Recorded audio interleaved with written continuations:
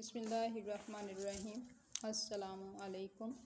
قبر میں سوال و جواب۔ حضرت انس بن مالک رضی اللہ تعالیٰ عنہ سے روایت ہے کہ رسول اللہ صلی اللہ علیہ وآلہ وسلم نے فرمایا، جب میت کو قبر میں دفن کر دیا جاتا ہے اور اس کے عزیز و اقارب واپس جاتے ہیں تو وہ ان کے جوتوں کی آواز سن رہا ہوتا ہے کہ اس کے پاس دو فرشتے آتے ہیں اور اسے اٹھا کر بٹھاتے ہیں اور پوچھتے ہیں، اس آدمی کے بارے میں تمہارا کیا خیال ہے؟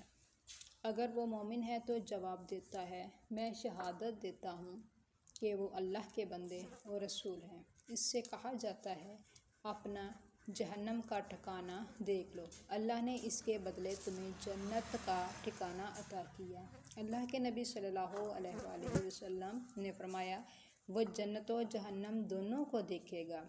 حضرت قتادہ رضی اللہ تعالیٰ عنہ کہتے ہیں کہ ہمیں بتایا گیا کہ اس کی قبر 70 ہاتھ کشادہ کر دی جائے گی اور قیامت تک کے لیے اسے سرسبزی و شادابی سے بھر دیا جائے گا۔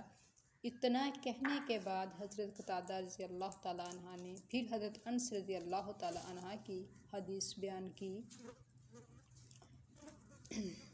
لیکن منافق اور کافر سے جب سوال کیا جائے گا، تمہارا اس آدمی کے بارے میں کیا خیال ہے، تو وہ جواب دے گا، مجھے نہیں معلوم، میں تو وہی کہتا تھا جو لوگ کہتے تھے۔